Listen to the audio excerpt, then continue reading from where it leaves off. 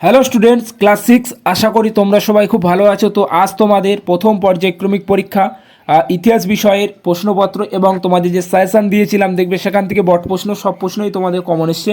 ওকে, আচ্ছা। তো দেখে নাও, প্রথমে দেখো তোমাদের 7টি এমসিকিউ, তো 30 নম্বরের এটি প্রশ্ন।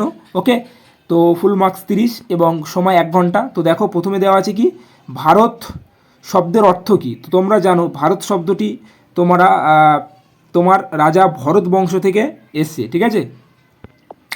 এবং পরবর্তী প্রশ্নগুলি একটু খুব ভালোভাবে দেখে নাও।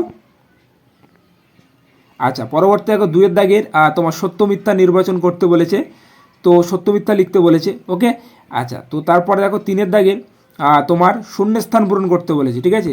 2টি শূন্যস্থান পূরণ দেওয়া আছে এবং পরবর্তী 3টি দেওয়া আছে এবং পরবর্তী 4 দাগের যে কোনো 4টি প্রশ্নের উত্তর দিতে বলেছে। তো দেখে নাও তোমার 2 নম্বরের, ঠিক আছে। তো দেখো বাগড়ো বলতে কী বোঝে, প্রশ্নটি তোমরা কমন পেয়েছো। এবং হোমো হাবিলিস সম্পর্কে লেখো, ঠিক আছে।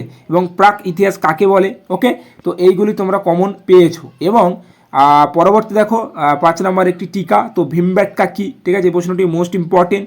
এবং হরপ্পা সভ্যতার আবিষ্কারের কথা। এবং 5 নম্বরের বড় প্রশ্নের জন্য যে প্রশ্নটি এসছে 6 দাগের, ইতিহাসের প্রত্যাত্ত্বনিক উপাদান সম্পর্কে লেখো এবং উপমহাদেশের পুরনো পাথরের যুগের বৈশিষ্ট্য লেখো। তো এই ছিল তোমাদের তোমার ইতিহাসের প্রশ্নপত্র। ওকে, তো ভিডিওটি সম্পূর্ণ দেখার জন্য অসংখ্য ধন্যবাদ।